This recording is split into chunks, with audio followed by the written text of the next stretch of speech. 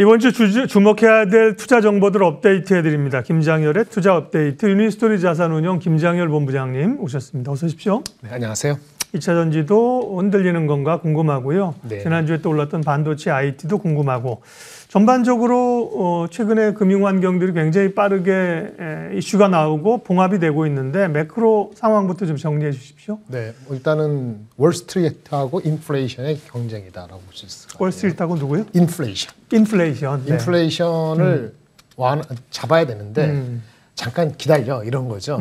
지금 이제 매크로의 그 금융 위기, 은행발 미국 중소 은행발 그 위기까지 번진 거잖아요. 오늘 CS가 결국은 UBS로 넘어가고 이게 또 워렌 버핏이 또 그 백악관을 만나고 이 1년에 일주일간의 사태를 보시면요. 굉장히 기민하게 대처한 측면에서 긍정적이지만 또 그만큼 얼마나 긴박하고 이게 심각했을까 이런 거를 돌이켜볼 수도 있는 거거든요.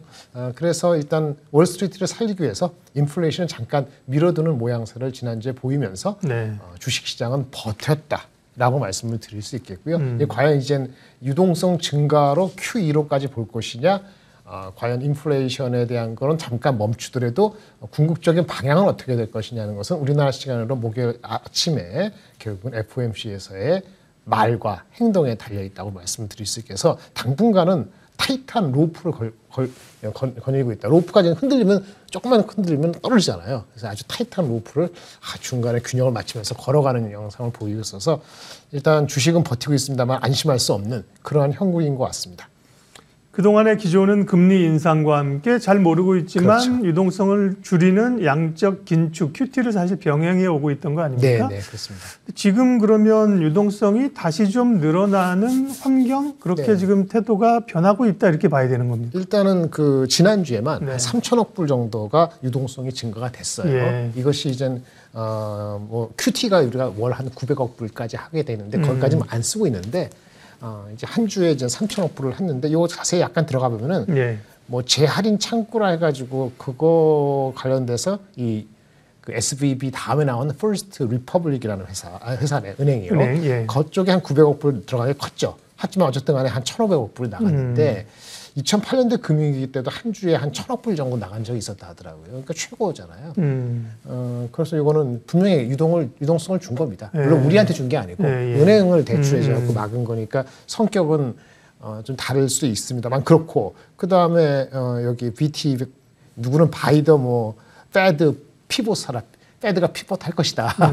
그렇게 좀 우스꽝스럽게 얘기하는데 어쨌든 뱅크 텀 펀딩 프로그램으로 119억 불. 이거 이자가 한 4, 5% 된다고 하더라고요. 네. 누가 쓰겠어요? 하여튼 이런 식으로.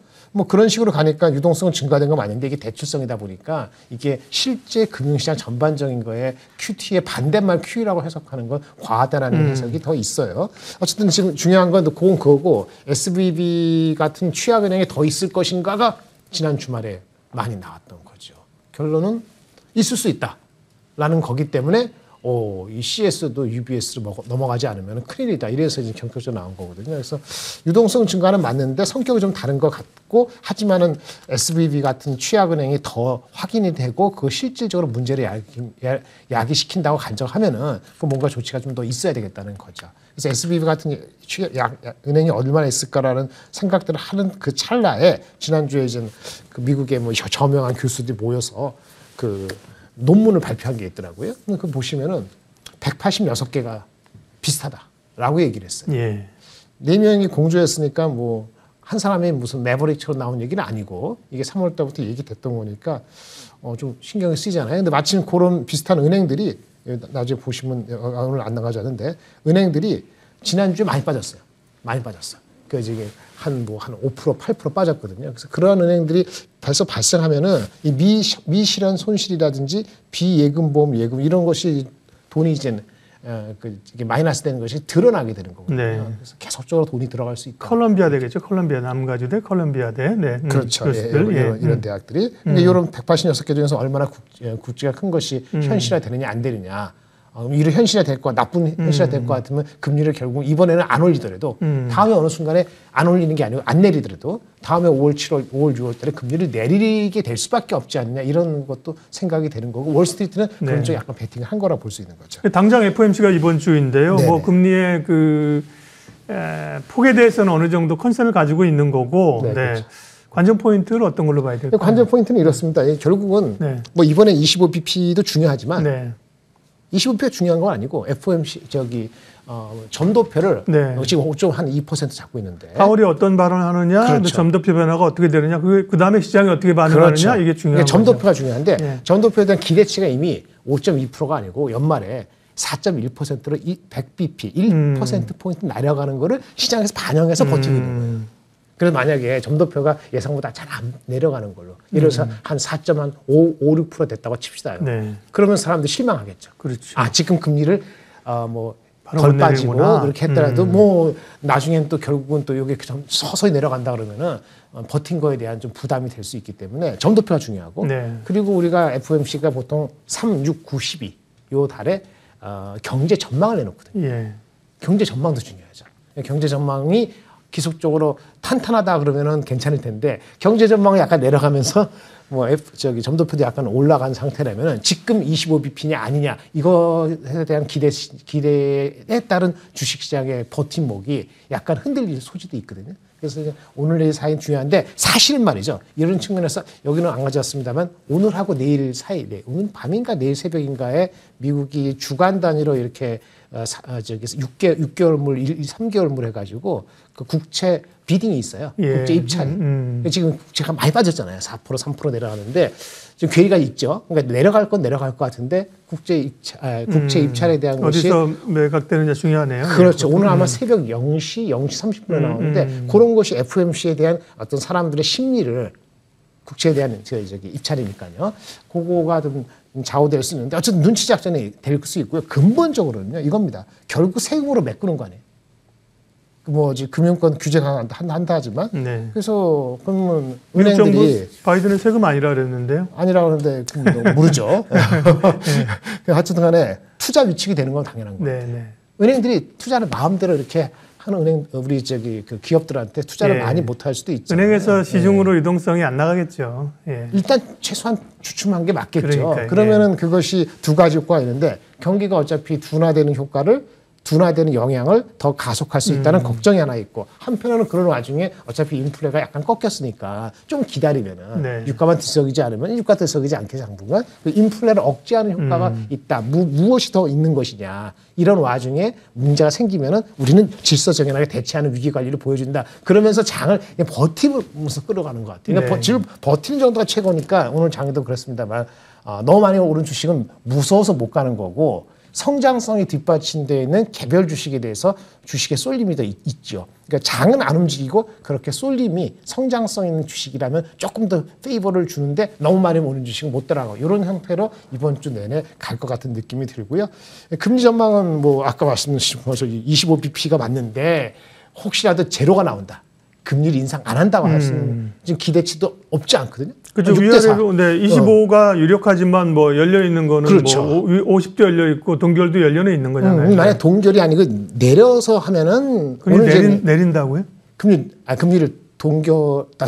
네네, 동결. 동결하고 그 다음에 이제 5월 달인데 4월 사이에 금리를 내리는 상황으로 만약에 밀린다 그러면은 그러면 주시장은 좀 부정적으로 작용할 가능성이 있어요. 그래서 이번에 동결하는 것도 좋은 거 아니고요. 동결하는 거 안 하는 거 중요한 게 아니고 5월 달에 금리가 멈추는 정도냐 아니면 또 내려갈 수밖에 없는 상황으로 몰리느냐 이런 상황이 또 중요한 거기 때문에 이번 주에 25bp로 끝난다 하더라도 안심할 수 없는 상황이다라는 걸 좀 먼저 말씀을 드리고 싶어요. 네. 이게 핵심입니다. 네. 매크로 금리 얘기는 그렇게 했고요. 시장 내부적인 주도주의 흐름, 정중동에서 주도주 싸움이 일고 있다. 제가 그렇게 말씀드렸는데요. 2차 전지 얘기는 잠깐 뒤로 미루고 지난주에 주도주로서 강성을 보이는 게 이제 반도체주였습니다. 네. 반도체가 강하게 올라왔고요. 하이닉스 같은 경우 강하게 올랐는데 근데 실적 뷰들은 또 삼성전자, 하이닉스 계속해서 한쪽에서는 부정적으로 나오고 한쪽에서는 이제 바닥 짚고 돌아선다고 얘기하고요. 반도체주 시각은 어떠십니까? 실적의 역설이에요.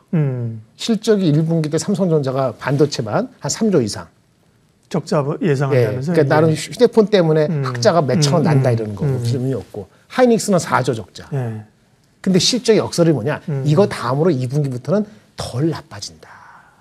그런데 이제 나온 게 그 금리가 멈출 수도 있다. 그러면 유동성 장세까지는 아니더라도 그동안 많이 빠진 시클리컬 주식을 다시 볼까? 이 상태에서 리포트가 나온 게 그 삼성전자가 마켓시어가 45% 되거든요. 반도체 D램에서 한 6%, 7% 정도 실질적으로 감산을 하고 있다. 이런 리포트가 나왔어요. 그러면 이제 웨이퍼 투입을 7, 8% 줄이면 삼성은 40%니까 전 세계 공급 물량의 한 2%, 3%대가 아마도 여름 지나면서부터는 공급이 그 정도 주는 효과가 있을 거라는 얘기가 리포트에 나왔고 예. 그거를 애널리스트들이 이구동성으로 비슷하게 코멘트하면서 지금 사야 된다. 삼성전자 하이닉스. 그래서 하이닉스가 많이 오른 거죠. 근데 결론은 이거를 할 때 중요한 건 공급이 한 2%, 3% 빠지는 거 좋다 이거죠. 근데 수요 예측이 변화가 없어야 돼요. 그러니까 수요가 지금 별로 안 좋게 보고 있잖아요. 근데 2분기, 3분기 그렇죠. 경기가 해서 여기보다 더 빠지지 않는다는 가정에 해야지 그 공급이 줄어드는 효과가 3분기부터 보여지는 거거든요. 이건 약간의 베팅 영역이 들어가는 거죠. 그래서 주가에 대해서는 제가 의견을 말씀드리고 이렇게 말씀을 드릴 수 있는데 삼성하이닉스에 대해서는 어쨌든 이렇게 실적이 적자가 많이 날 때는 기본 가정은 PBR 1배로서 접근해야 돼요. 1배 하면은 하이닉스가 한 7만 원 정도. 삼성전자가 하이닉스가 7만 원 정도. 그래서 삼성전자가 1배 하면 5만 1,000원 정도가 1배예요. 근데 나아진다고 그러잖아요. 속도는 모르지만 그러면 아마 1.12배. 하이닉스는 8만 8,000원.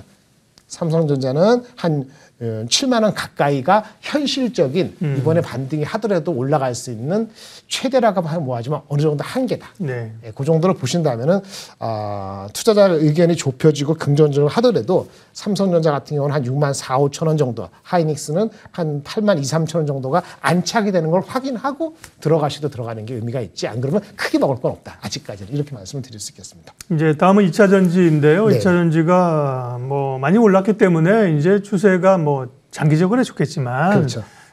단기적으로는 추세가 이제 이번 계기로 꺾였다라는 시각과 함께 네. 뭔 소리야? 이렇게 꺾이지 않아. 네. 이런 시각이 이제 팽팽하게 겨루고 있습니다. 2차 전지 전략은 어떻게 해요? 사실 우리가 많이 얘기하는 그 많이 지금 네. 회자되고 특히 한 달 동안 우리 여의도에서 난리가 났던데 네. 뭐 여기 방송에서 다 얘기할 거 없습니다만 제가 어디 프로앤콘이라고 하지는 않겠고요. 네. 다 관계가 되는데 일단 단기적으로는 쉬어가도 아니면 빠져도 아무 이유가 없습니다. 사실은 그런 건 되고 여러 가지 잡음이 있는데 저는 이렇게 말씀드리고 싶어요. 덜 오른 종목이거나 덜 알려진 종목들을 다시 보시는 게 맞다. 다시 올라가더라도. 그래서 제가 덜 올라간 종목 또는 좀 덜 알려진 종목을 오늘 하나 소개시켜드리고 마무리할까 합니다. 좋네요. 어떤 기업입니까? 동국산업입니다. 네. 동국산업은 그냥 냉형 강판 만드는 자동차 할 때 강판 있잖아요. 그게 핵심이에요. 또는 가전에서 컬러 강판. 강판 만드는 회사. 근데 간판하고 2차 전지 무슨 상관이 있어요? 매출 한 8천억 정도 하고 작년에 매출 안 좋았는데 네. 중요한 풍력 타워도 하는데 중요한 거는 올해 실적은 별로 좋지 않습니다. 근데 중요한 건 니켈 도금으로 해요. 니켈 도금은 2차 전지에 들어가는 거예요. 네. 원통형 배터리 만들 때 그 케이스 있거든요. 네. 케이스의 원재료가 니켈 도금이에요. TCC 스틸 그런 거 그것 때문에 주목받는 TCC 거잖아요. 스틸이 리더고 걔네들은 지금 하고 있고요. 그 바로 붙은 게 이 동국산업. 이 매출이 아마 내년 말 24년 말 25년도니까 조금 기다려야 되는데 TCC 스틸하고 규모가 그렇게 많이 아주 엄청나게 차나지 않습니다. 그래서 이 회사가 작년 한 가을에 공시를 했어요. 관련돼서. 근데 내년도 말에 들어오면은 맨 마지막에 제가 말씀드리는 거는 기존의 비즈니스에서 한 1,100억 하고 이 비즈니스를 얼마까지 줄 것이냐. 니켈 도금 2차 전지 소재 얼마든지 주실 것 같아요. 20배는 못 주더라도 느낌상 우리 예 박사는 PER 10배에서 15배면 이상한 숫자는 아닌 것 같지 그렇죠. 않습니까? 네네. 그래서 이 회사가 갖고 있는 26년도에 풀 가동됐을 때의 캐파에 PER 한 13배 주면 이게 3천억 정도 나와요. 기존 비즈니스랑 합하면 한 5천억 초반대가 나옵니다. 네, 5천억 초반대인데 이게 3, 4년 뒤니까 3년 뒤니까 현가로 매년 한 10% 할인하면은 한 4천억 가까이, 3천억 후반대 4천억 가까이의 포텐셜 잠재력이 나오는데 지금 시가총액이 3천억이 간신히 넘으니까 주가가 빠질 때 기존 비즈니스, 강판 비즈니스가 언더스탠드가 낮더라도 조금 들어가면은 장기적으로 이 니켈 도금은 상당히 있고 수급이 공급이 부족하다고 보여지는 그 품목 중에 하나입니다. 그래서 바라볼 수 있지 않을까. 물론 2차 전지가 아까 말한 것처럼 모든 주식이 평균적으로 한 20% 하락을 하는 상태에서는 이런 주식도 바로 올라가지 못할 수 있다는 걸 말씀을 드리면서 어텐션을 하실 만한 종목으로 소개시켜 드렸습니다. 김장열의 투자 업데이트 유니스토리 자산운용 김장열 본부장님 함께했습니다. 고맙습니다. 네, 감사합니다.